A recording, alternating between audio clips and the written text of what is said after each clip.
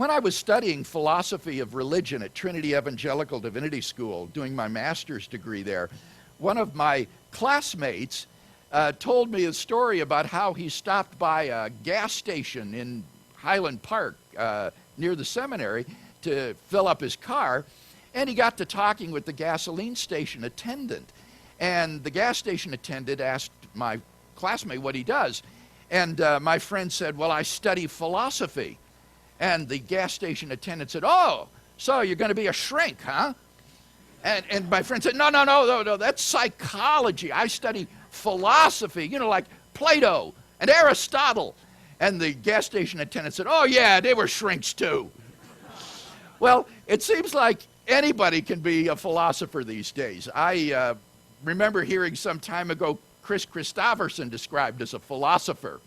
And this week there was an article released by CNN entitled Philosopher, Why We Should Ditch Religion. And I wondered, who is this philosopher that's saying we should ditch religion? Well, it turns out that it's Sam Harris.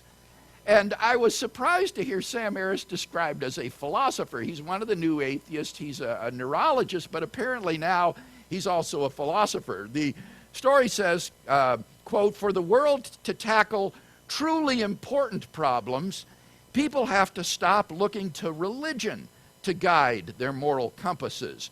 The philosopher, Sam Harris, told CNN. Quote, we should be talking about real problems like nuclear proliferation and genocide and poverty and the crisis in education, end quote.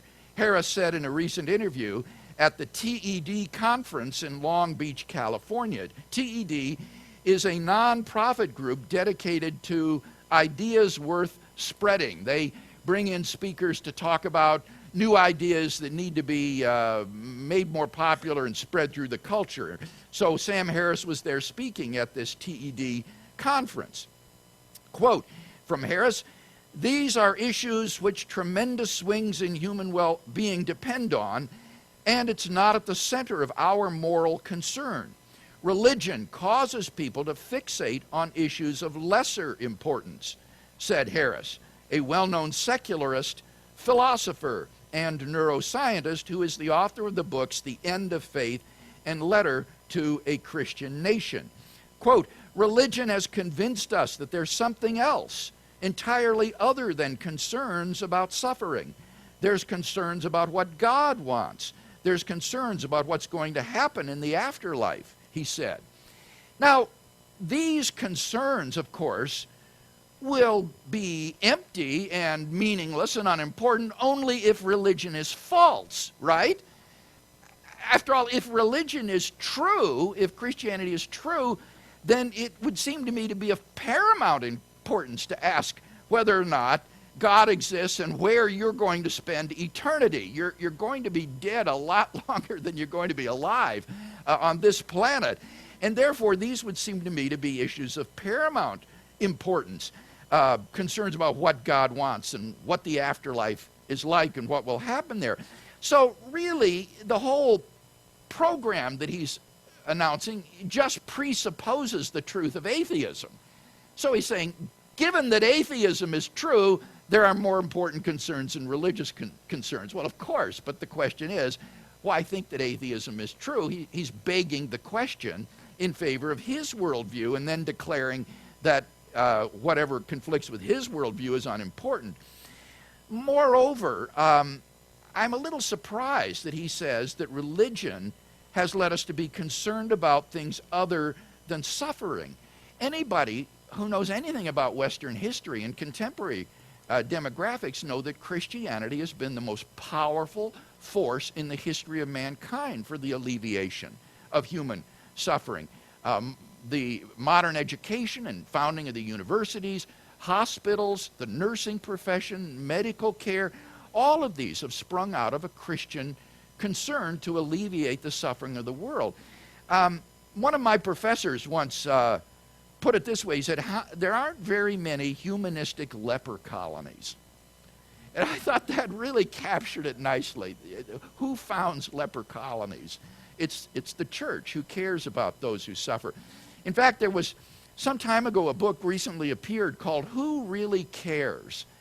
And in this book, the author demonstrated through surveys that have been conducted in the United States that the people who volunteer their time the most, who give the largest percentage of their incomes, who donate blood most often, are religious people. It's not the secularists who do those things. It's overwhelmingly religious people. So religion, far from diverting attention to the needs of the suffering, has been a tremendous motivating force for the alleviation of suffering. Well, Harris goes on to say, therefore, we talk about things like gay marriage as if it's the greatest problem of the 21st century. We even have a liberal president who ostensibly is against gay marriage because his faith tells him it's an abomination. It's completely insane. Well, now, I don't know of anybody who thinks that gay marriage is the most important moral issue facing mankind today. Certainly, for example, the genocide going on against the unborn, I think, is more important than the issue of gay marriage. But even given that, the preservation of the family as a fundamental unit of society, I think, is a vitally important issue, because if the family goes, the whole structure of society will unravel. So if it's true that gay marriage would be something that would undermine traditional marriage, as many gay activists themselves admit and say, then that certainly is, I think, a legitimate moral concern along with all the others. Harris also said, people should not be afraid to declare that certain acts are right and others are wrong. A person who would spill battery acid on a girl for trying to learn to read, for instance, he said, is objectively wrong by scientific standards. Very interesting. He's talking there about the Taliban abuse of women for example, trying to become literate and throwing acid on them. If you've ever seen these pictures on the internet, they are absolutely horrific. And we can applaud Harris for saying that these acts are objectively wrong. They certainly are. But, of course, the issue is, how can you say that on an atheistic, naturalistic worldview, where moral values are just the spin-offs of the socio-biological evolutionary process? On what basis does he say that one culture's values are inferior to another culture's values? Why is the values of the Taliban or of Afrikaner of South Africa, which propounded apartheid, or National Socialist Germany with its Nazi fascism, why are those cultures wrong as opposed to Western liberal democracies? Well, Harris says they're wrong by scientific standards. But science is morally neutral. Science can't make ethical statements. It can't say what is right and wrong, what is good and evil.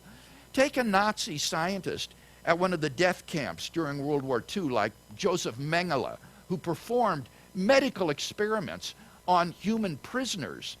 How could you show a Nazi scientist that what he was doing was morally wrong scientifically? What experiments could you perform to show him that what he was doing was morally wrong? Well, there isn't anything you could do scientifically. Moral values aren't found in a test tube. Moral values are a totally different realm from science, and therefore science is simply neutral with respect to these. And that raises the question then, of course, where do you found your moral values, especially on naturalism? On scientific naturalism, moral values are just illusions of the human species, which has evolved certain behavior patterns that are useful in our struggle for survival. Well, Sam Harris says, quote, "It's not our job to not judge it and say, well, to each his own. Everyone has to work out their own strategy for human fulfillment. That's just not true," he said. "There's people who are wrong about human fulfillment." And I think we couldn't agree more that that certainly is the case. The question is, on what basis do you judge that another person is wrong about his vision of human fulfillment and you are right? Without God, it's hard to see that there's any objective basis for those kind of moral judgments.